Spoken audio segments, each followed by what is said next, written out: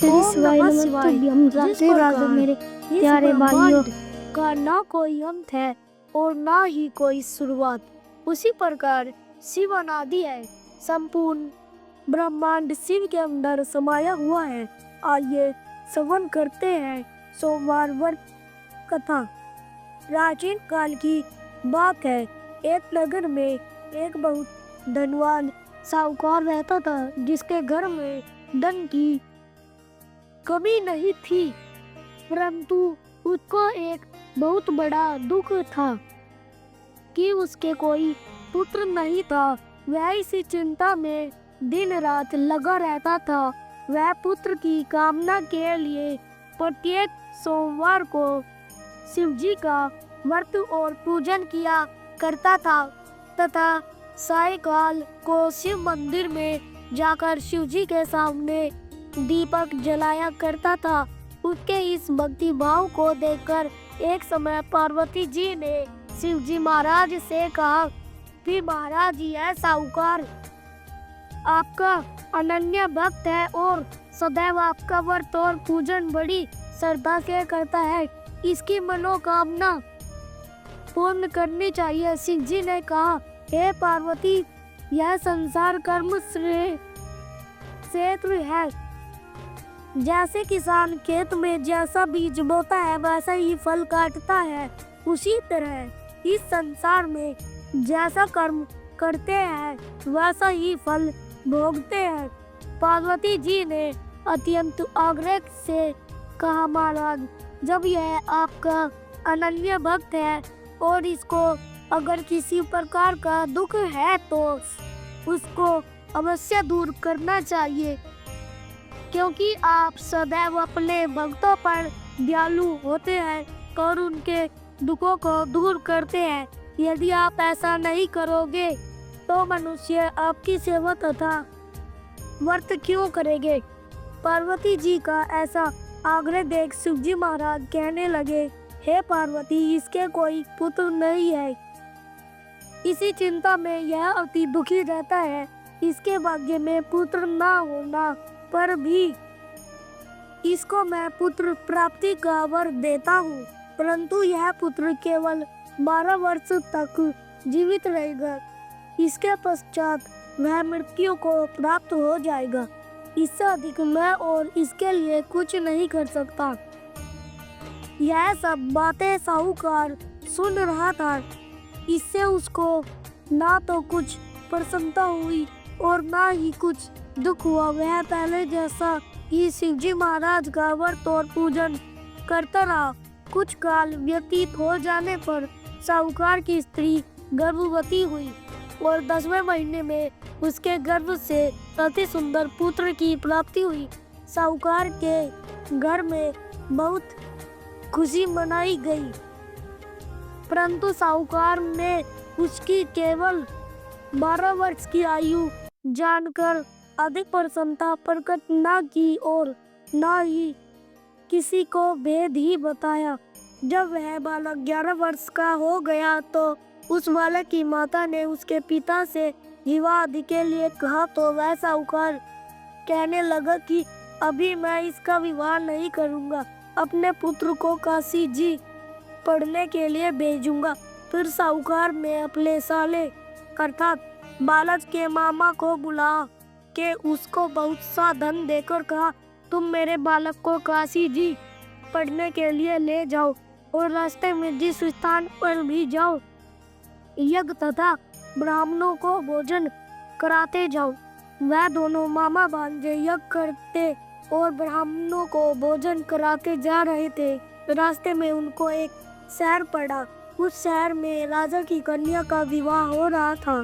दूसरे राजा का लड़का जो विवाह कराने के लिए बारात लेकर आया था, वह एक आंख से काना था। उसके माता पिता को इस बात को लेकर बड़ी चिंता थी कि कहीं वर को देखकर कन्या के माता पिता विवाह में किसी प्रकार की अड़चन पैदा ना कर दे। इस कारण जब उसने अति सुंदर सेठ के लड़के को देखा तो मन में विचार किया कि क्यों ना दरवाजे के समय इस लड़के से वर का काम चलाया जाए। ऐसा विचार कर वर के पिता ने उस लड़के और मामा से बात की तो वे राजी हो गए। फिर उस लड़के को वर के कपड़े पहनाकर तथा घोड़ी पर चढ़ाकर दरवाजे पर ले गए और सब कार्य प्रसन्नता से पूर्ण हो गया।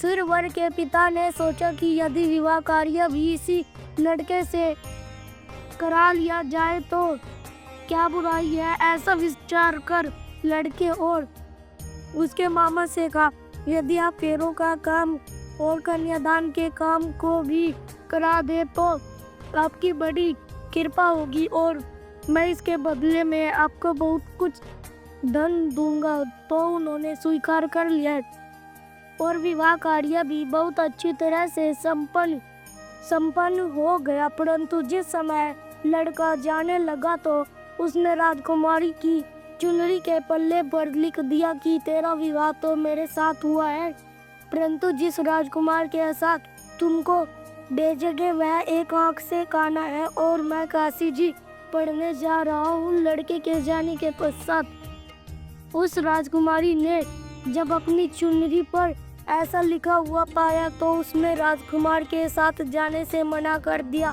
और कहा कि वह मेरा पति नहीं है, मेरा विवाह इसके साथ नहीं हुआ है, वह तो काशी जी पढ़ने के लिए गया है। राजकुमारी के माता पिता ने अपनी कन्या को विदा नहीं किया और बारात वापस चली गई। उधर सेठ का लड़का और उसका मामा काशी जी पहुंच गए। वहां जाकर उन्होंने यह करना और लड़के ने पढ़ना शुरू कर दिया। जब लड़के की आयु 12 वर्ष की हो गई तो उस दिन उन्होंने यज्ञ रचा रखा था कि लड़के ने अपने मामा से कहा कि मामा जी आज मेरी तबीयत कुछ ठीक नहीं है। तब मामा ने कहा कि अंदर जाओ और सो जाओ। लड़का अंदर जाकर सो गया और थोड़ी देर में उसके प्राण निकल गए। जब उसके मामा ने आकर देखा कि वह मुर्दा पड़ा है तो उसको बड़ा दुख हुआ और उसने सोचा कि अगर मैं अभी रोना पीटना मचा दूंगा तो यज्ञ का कार्य अधूरा रह जाएगा। अतः उसने जल्दी से यज्ञ का कार्य समाप्त कर ब्राह्मणों के जाने के बाद रोना पीटना आरंभ किया। संयोगवश उसी समय शिव पार्वती जी उधर से जा रहे थे। जब उन्होंने जोर जोर से रोने की आवाज सुनी तो पार्वती जी कहने लगी कि महाराज कोई दुखिया रो रहा है, उसके कष्ट को दूर कीजिए।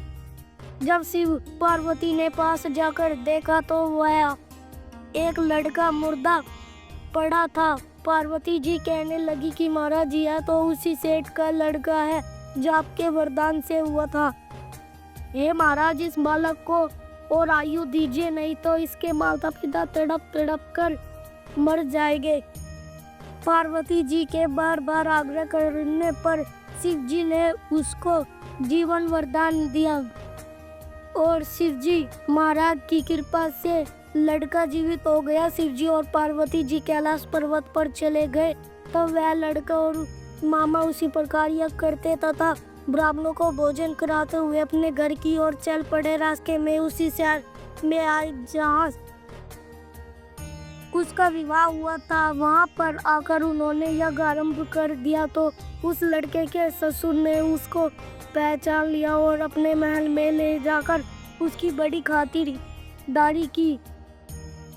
साथ ही बहुत से दास दासियों सहित आदर पूर्वक लड़की और जमाई को विदा किया। जब वह अपने शहर के निकट आए तो मामा ने कहा कि मैं पहले तुम्हारे घर जाकर खबर देता हूँ। जब उस लड़के का मामा घर पहुंचा तो लड़के के माता पिता की घर की छत पर बैठे थे और यह प्रण कर रखा था कि यदि हमारा पुत्र सकुशल घर आया तो हम राजी खुशी नीचे आ जाएंगे, नहीं तो छत से गिरकर अपने प्राण खो देंगे। इतने में उस लड़के के मामा ने आकर यह समाचार दिया कि आपका पुत्र आ गया है।